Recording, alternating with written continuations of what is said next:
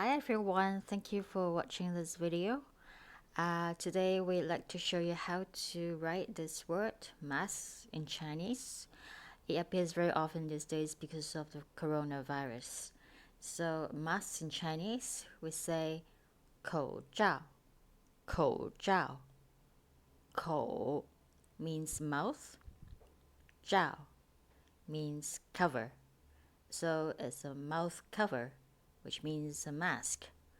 口罩, 口罩.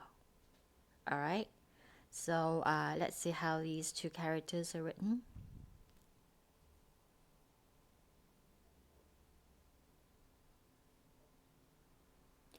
So I hope that you're familiar with these two characters, and if it happens that you're in Asia, in China, and you want to buy some masks, make sure you know how to write these two words and how to say these two words in Chinese.